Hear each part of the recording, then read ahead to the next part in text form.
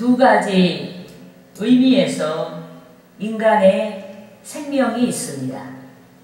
생물학적 측면에서 살아있는 육신의 생명이 있고, 영적인 측면에서 살아있는 영의 생명이 있습니다. 그런데 하나님께서 창조하신 최초의 인류가 영육간에 살아있는 생명의 존재가 되게 하셨습니다.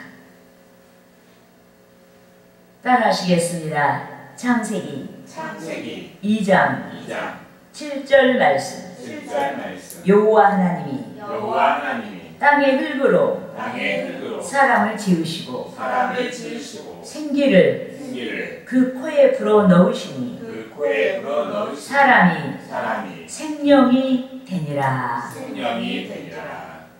여러분, 하나님께서 땅의 흙으로 사람을 창조하셨습니다. 그리고 그 창조하신 사람의 코에 생기를 불어 넣으셨는데 사람이 생명이 되었다고 했습니다. 여기서 생명이란 히브리어로 네페시 하야인데, 이는 살아있는 영이라는 뜻으로 육체와 영혼이 결합되어 있는 상태를 가리킵니다. 즉, 이는 하나님의 인격을 부여받은 영혼을 가진 생물체를 가리킵니다. 하나님의 중심으로 살아가야 하는 인간을 가리킵니다. 그런데 하나님께서는 창조하신 아담을 에덴 동산에 거주하게 하셨습니다. 독주하는 것이 좋지 않다 하여 아담을 돕는 회피린 여성을 창조하셨습니다. 그리하여 하나님께서 사회생활의 기초인 가정을 제정하시고 에덴 동산에서 최초의 가정이 출발하도록 하셨습니다. 그런데 사회생활의 기초요, 사회생활의 출발이 되면 가정은 복되고 아름답고 건강해야 합니다. 크고 작은 사회 공동체에 영향을 미치기 때문에 가정마다 복되고 아름답고 건강해야 합니다. 하지만 어떤 이는 복되고 아름답고 건강한 가정의 기준에 대하여 명쾌한 답을 가지고 있지 않습니다. 여러분, 영육간에 살아있는 가족의 모임인 가정이 복되고 아름답고 건강한 가정입니다. 믿습니까? 네. 그런데 영육간에 살아있는 가족의 모임은 주의 사랑을 믿는 가정입니다. 믿습니까? 네. 또 영육간에 살아있는 가정은 불의한 이 세상 저편의 나라, 즉 하나님의 나라를 대망하는 가정입니다. 믿습니까? 네. 더욱이 영육간에 살아있는 가정은 가정의 일원인 지체간에 건강하고 아름답고 복된 관계를 이룹니다. 부모와 자녀 관계, 자녀와 부모 관계에 대하여, 또 아내와 남편, 남편과 아내 관계에 대하여 건강하고 아름답고 복된 관계를 이룹니다. 믿습니까? 네. 그런데 가정의 달을 맞이한 우리는 각각 가정의 상태를 점검해 봐야 합니다. 바람직한 상태라면 하나님께 영광을 돌리고, 그 반대 상태라면 회개하고 회복을 위한 개선점을 찾아야 하는 줄 믿습니다.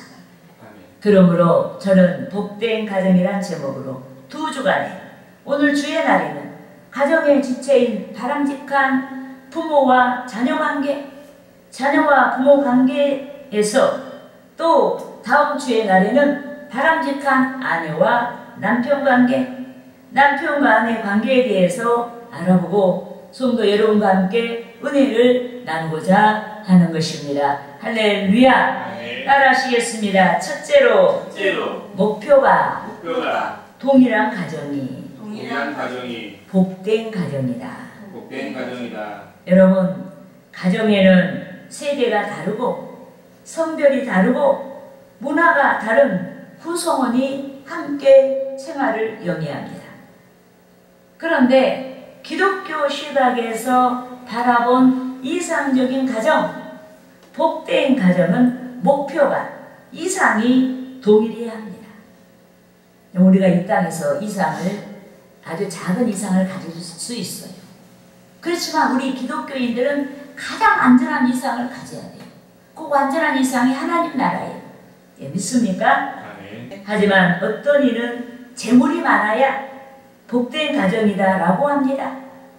어떤 이는 가족이 어느 정도 소양을 갖추어야 복된 가정이다 라고 합니다. 어떤 이는 가정의 구성원이 사회적인 능력이 있어야 복된 가정이라고 합니다. 어떤 이는 가족이 건강해야 복된 가정이라고 합니다. 어떤 이는 사랑하는 가족의 구성원을 이룬 가정이 복된 가정이라고 합니다. 그렇지만 이 세상에 존재하는 것마다 가치가 변하거나 낡아지거나 소멸합니다. 재물의 가치가 변합니다. 지식의 가치가 변합니다. 능력을 상실할 수가 있습니다. 건강을 상실할 수가 있습니다. 사랑하는 가족을 더 이상 사랑하지 아니한다고 말할 수 있습니다. 이것이 인간의 한계입니다. 이 때문에 복된 가정을 이루기 위해서는 자녀나 부모나 형제나 자매나 아내나 남편이나 가족의 모든 일원이 인간적인 것 위에서 역사하시는 초월적인 영원하신 하나님을 본받아야 하는 줄 믿습니다. 하나님이 영원하세요. 변하시는 것이 없어요. 우리에 대한 생각, 우리에 대한 마음, 우리에 대한 선한 의지, 이런 모든 것들이 변한다 이 말이에요. 그런데 사람은 변해요. 하나님 변하지 않는데 사람은 변한다. 그래서 우리는 영원하신 하나님을 이상적으로 본받고 나아가야 하는 줄 믿습니다. 아멘. 따라하시겠습니다. 에베소서 5장 1절에서 2절 말씀. 그러므로 사랑을 받는 자녀같이 너희는 하나님을 본받는 자가 되고 그리스도께서 너희를 사랑하신 것 같이 너희도 사랑 가운데 행하라. 그는 우리를 위하여 자신을 버리사 향기로운 제물과 희생 제물로 하나님께 드리셨느니라. 믿습니까? 아멘. 여러분, 하나님은 사랑이십니다. 이 때문에 당신의 독생자 그리스도의 희생을 통해서 인류의 구원을 위한 당신의 사랑을 나타내셨습니다. 독생자 그리스도를 통해서 우리에 대한 당신의 사랑을 확증하신 줄 믿습니다. 그런데 복된 가정을 이루고자 하는 자마다 동일하게 하나님의 사랑을 이루기 위한 목표를 가져야 합니다. 인간의 사랑을 이루려고 하면 실패해요. 우리 자녀가 예전에 저렇게 불순종하지 않았는데 왜 저러나? 내 자녀를 예전에 내가 그렇게 사랑했는데 왜 자녀가 저렇게 변했나? 우리는 사람에게 이 포커스를 맞추게 되면은 끊임없이 실망을 하고 원망만이 터져나와요. 그래서 그 복된 가정을 이루고자 하는 자마다 동일하게 하나님의 사랑을 이루기 위한 목표를 가져야 한다. 인간의 사랑이 아니에요. 하나님의 사랑. 그 사랑을 위한 목표를 이루기 위해 하나님의 사랑을 본받고자 해야 합니다. 가장 귀한 것, 즉 독생자 그리스도까지 희생하시는 하나님의 사랑을 본받고자 해야 하는 것입니다. 하지만 우리 중에 어떤 이는 하나님의 사랑을 본받고자 아니하고 그 사랑을 위해 희생하신 하나님을 본받고자 아니합니다. 이 때문에 가정에서 불협화음이 끊이지 아니하고 내가 잘했니 네가 잘했니 이 불협화음이 끊이지 않아요. 정죄가 끊이지 아니하고 희망이 사라집니다. 하나님이 우리를 사랑하시는 것 같이 희생을 전제한 사랑을 하지 않습니다. 하나님을 배우려 하지 않고 불완전한 자신이 옳다고 주장합니다. 하나님의 가정이 아닌 인간의 가정으로 살아왔기 때문에 하나님의 가정에 대하여 말하지 아니하고 세속적인 말만 합니다. 하나님의 가치는 말하지 아니하고 세속적인 가치만 무성하게 말합니다. 신령한 비전은 말하지 아니하고 속된 비전만을 말합니다. 신령한 비전으로 나아갈 수 있는 무한하신 하나님의 은혜를 도외시하고 속된 비전의 한계 앞에서 좌절합니다. 이 때문에 가정의 달을 맞이한 저와 여러분이 가정에서 가족 간에 변하지 아니하시는 하나님의 사랑을 실현하고 있는지 점검해야 됩니다. 가족 간에 하나님의 신령한 비전을 좇아 즉 성령을 좇아 평화와 위로와 자신감을 얻고 있는지 신앙을 점검해야 됩니다. 그렇게 하여 상황과 입장이 다른 가족 구성원이 동일하게 신령한 목표, 여러분 영적인 이상을 가져야 하는 것입니다. 할렐루야. 따라하시겠습니다. 둘째로 부모를 공경하는 가정이 복된 가정이다. 여러분 공경이란 공손히 예를 다하여 섬기는 것을 말합니다. 그런데 공경이란 하나님께 대한 존경의 단어로도 쓰여졌고 의원적으로 값을 치르다 라는 뜻을 가진 이 말은 자식이 부모의 은공에 대해 빚을 갚는 심정으로 섬기는 효도를 말합니다. 그런데 오늘 본문 1절에서 2절 말씀에서 자녀들에게 순종을 명령하셨습니다. 우리가 본문 1절과 2절 말씀을 합독하시겠습니다. 자녀들아 주 안에서 너희 부모에게 순종하라. 이것이 옳으니라. 내 아버지와 어머니를 공경하라. 이것은 약속 있는 첫 계명이니. 아멘. 여러분 지금 여기에는 자녀인 입장의 성도가 있고 부모 입장의 성도가 있습니다.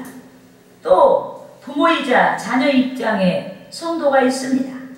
그런데 본문에서 자녀마다 부모에 대하여 주 안에서 순종하라고 명령했습니다. 이는 윤리적이고 도덕적인 차원이 아닌 신앙적 차원에서 영적인 차원에서 순종하라는 뜻입니다. 이 때문에 자녀된 자는 부모에 대하여 조건을 붙이지 말고 신앙의 발로에서 하나님께서 명령하셨기 때문에 영적인 발로에서 순종을 해야 하는 줄 믿습니다. 믿습니까? 아멘. 진리 안에서 조건을 붙이지 말고 효도해야 하는 줄 믿습니다. 아멘. 여러분 세상이 빛의 속도로 변하고 있고 세월과 함께 부모님의 환경이 변하고 있습니다.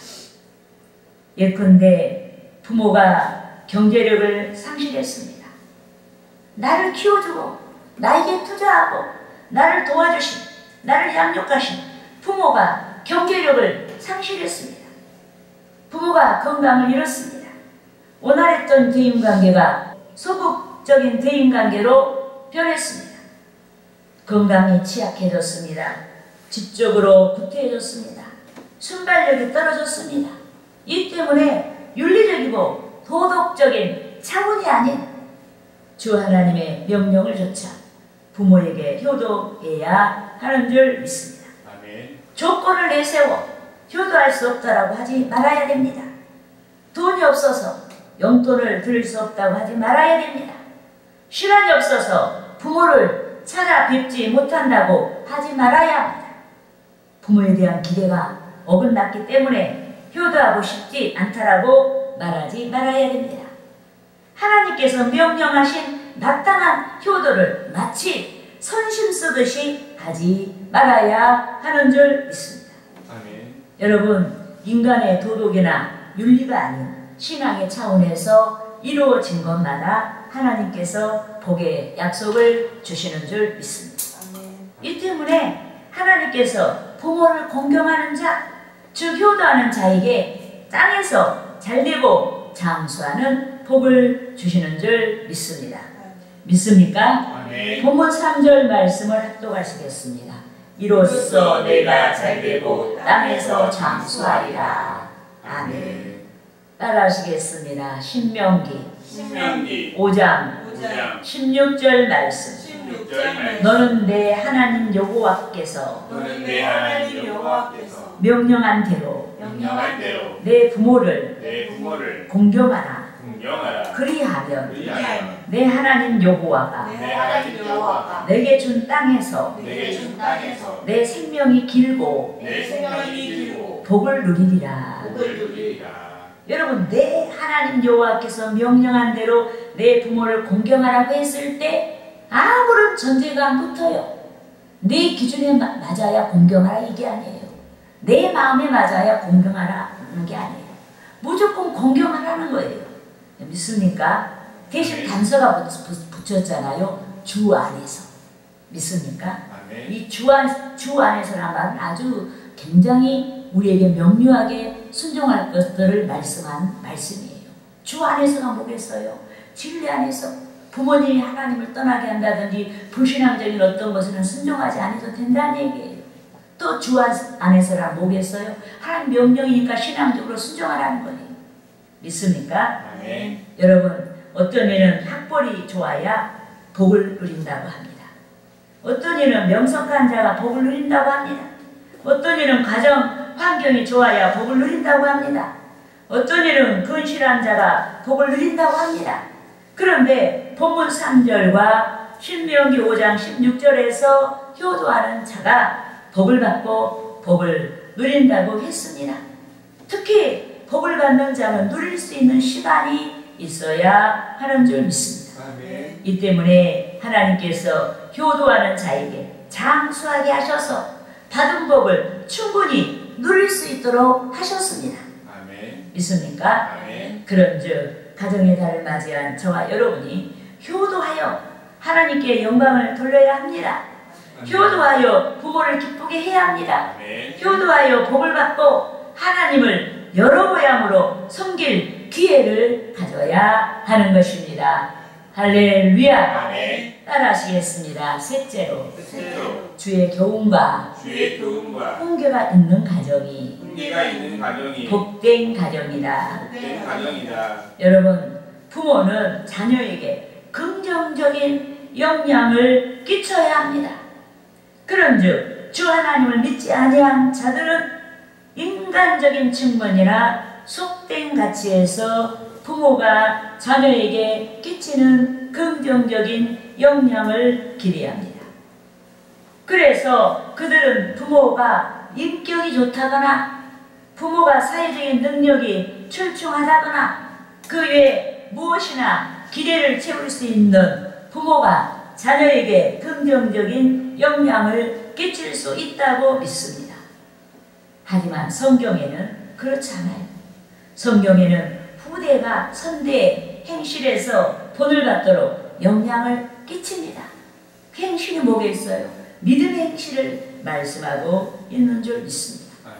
자녀가 아버지의 행실에서 본을 받도록 영향을 끼쳤습니다. 여러분, 자녀는 선대의 행실을 본받습니다.